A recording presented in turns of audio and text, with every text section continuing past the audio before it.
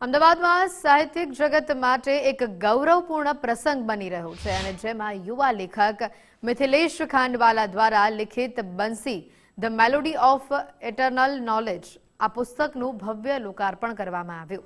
આ પુસ્તક ભગવદ્ ગીતાના ગહન અને શાશ્વત સંદેશને અત્યંત સરળ ભાષામાં રજૂ કરે છે, જે આજના યુગની અંદર વ્યક્તિગત વિકાસ અને ટકાઉ જીવનશૈલી માટે માર્ગદર્શક બનશે।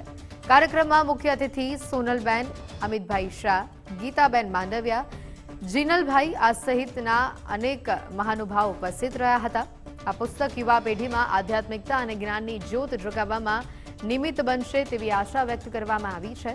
समग्र कार्यक्रम ज्ञान और प्रेरणाना माहोलमां खूब ज सफलतापूर्वक संपन्न थयो छे, जे साहित्य रसिको माटे एक विशेष यादगार दिवस बनी रह्यो छे।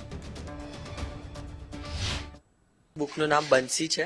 બંસી કેમ કે બંસી નામથી ખબર પડી જ ગઈ હશે કે ભગવદ્ ગીતા અને ભગવાન કૃષ્ણ ઉપર બુક છે।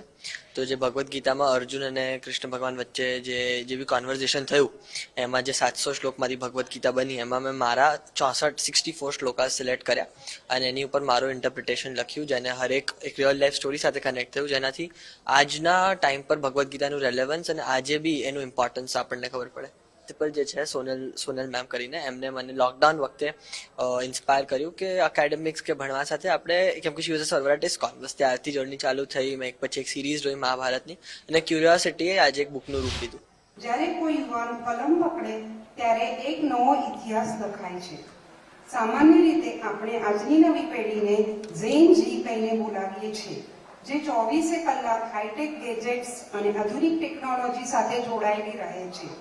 પરંતુ જ્યારે આ પેઢીનો કોઈ યુવાન પોતાના વિચારો દ્વારા આપણા સમૃદ્ધ આધ્યાત્મિક વારસાને શબ્દોનું રૂપ આપે છે, ત્યારે દેશની સાંસ્કૃતિક ચેતના વધુ મજબૂત બને છે।